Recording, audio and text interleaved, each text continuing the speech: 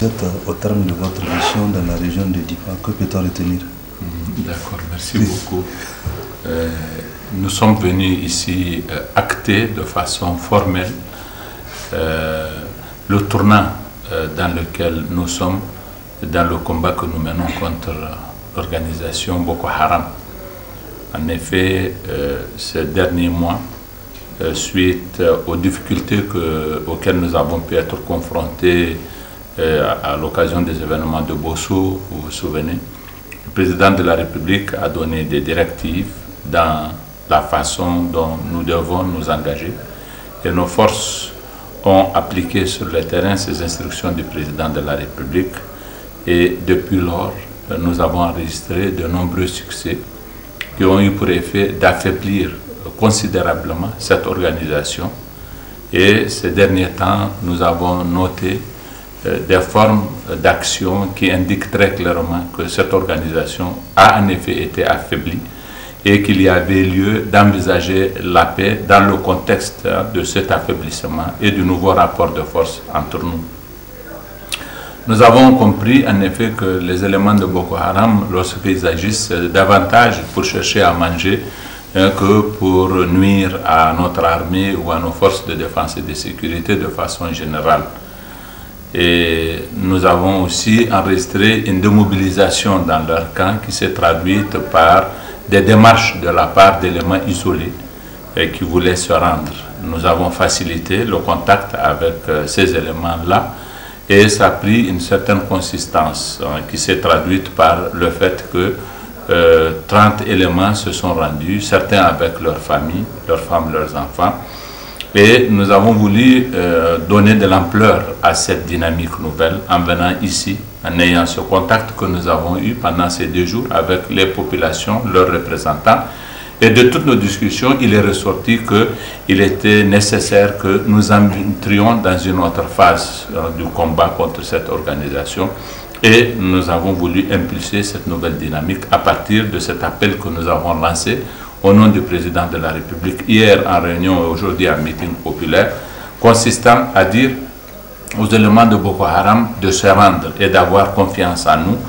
Il s'agit de nos enfants qui ont été égarés, à qui leur esprit est en train de revenir. Ils sont aux abois, ça ne sert à rien de les maintenir dans la situation, même du rapport de force où ils sont très faibles, parce que tout simplement, tant qu'ils existent, même à l'état résiduel comme ça, leurs agissements ont le même impact psychologiquement sur la population qui considère que nous sommes toujours en état de guerre, mais surtout sur le plan économique, aucune des mesures qui ont été prises ou aucune des mesures qui ont été dictées par cette situation ne bougera.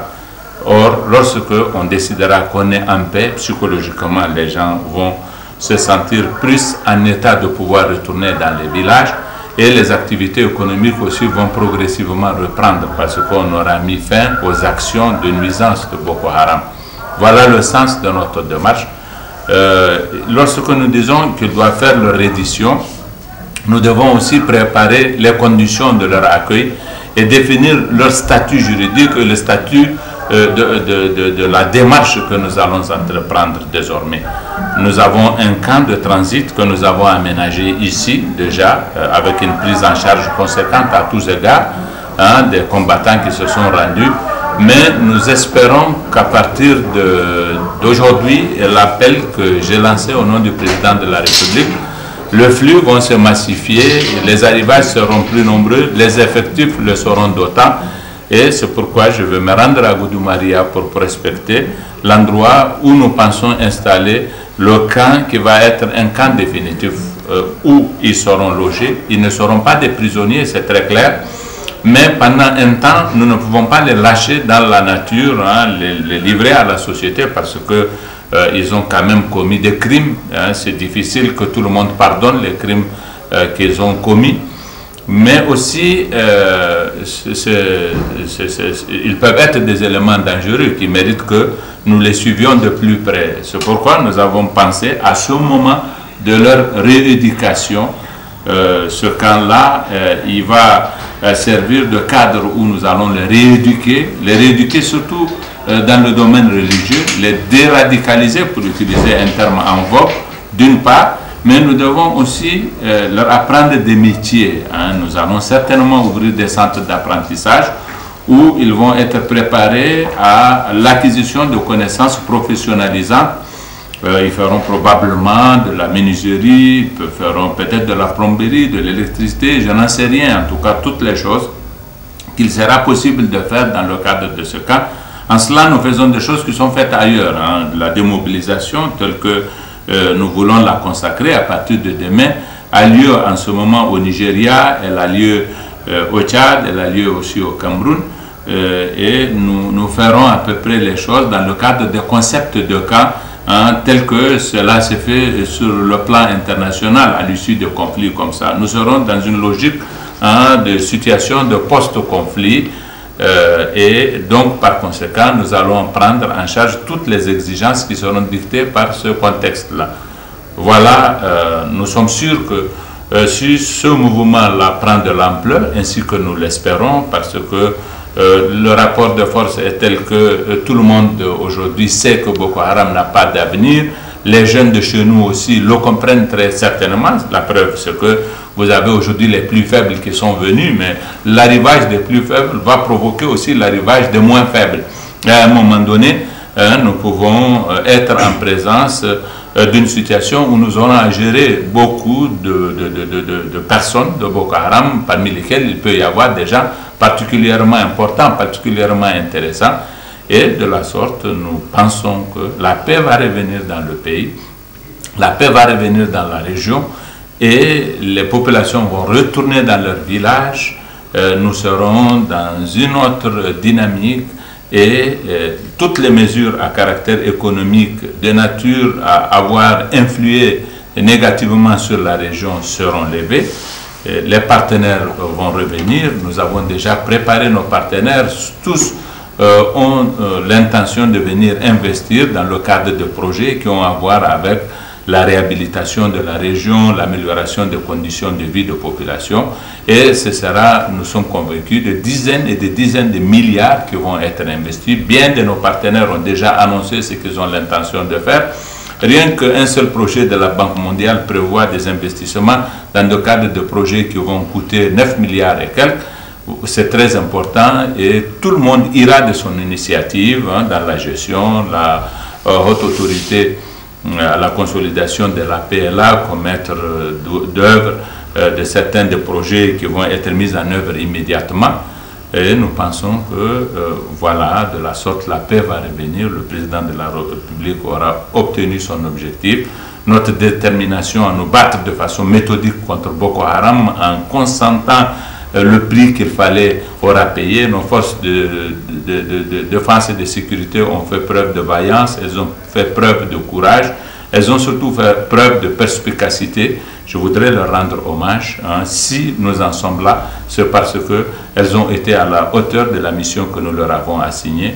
Et grâce aux efforts que tous les compatriotes ont consentis, grâce aux privations que nous avons acceptées les uns et les autres, et en particulier les populations de Difa, notre combat a payé. Nous avons eu le dessus sur cette organisation. Ce n'est pas fini, loin s'en faut. Nous savons qu'il y a encore des secteurs où Boko Haram existe, avec des intentions nuisibles. Ces éléments nous restent hostiles. Nous maintenons notre dispositif pour le moment, jusqu'à ce que la situation évolue. Et lorsqu'elle aura évolué ainsi que nous l'escomptons, les mesures vont être l'une après l'autre prises pour détendre l'atmosphère, pour normaliser la situation, et à la fin, tout sera redevenu normal. Qu'en est-il de ceux qui sont déjà détenus vers Niamey ou bien Koutoukale? Ouais, pour ceux qui sont déjà dans une procédure judiciaire, des commissions rogatoires ont été données et les magistrats vont se déplacer. Ils vont venir ici à Difa, ils vont faire les enquêtes auprès des villages où ces personnes ont été arrêtées, et de la sorte, la procédure judiciaire va s'accélérer. Elle connaîtra son épilogue pour la plupart d'entre eux. Tous ceux dont les dossiers paraîtront légers aux yeux des juges et qui ne mériteraient pas d'être gardés en prison seront immédiatement libérés. Tout ce qui par contre seront des personnes reconnues comme ayant commis des actes pour lesquels la procédure doit se poursuivre, la procédure se poursuivra, ils seront jugés et ils seront condamnés proportionnellement aux actes qu'ils avaient accomplis. Oui, monsieur le ministre, est-ce que les populations de Difa sont prêtes à accepter ces éléments que les gens qui sont en train de venir?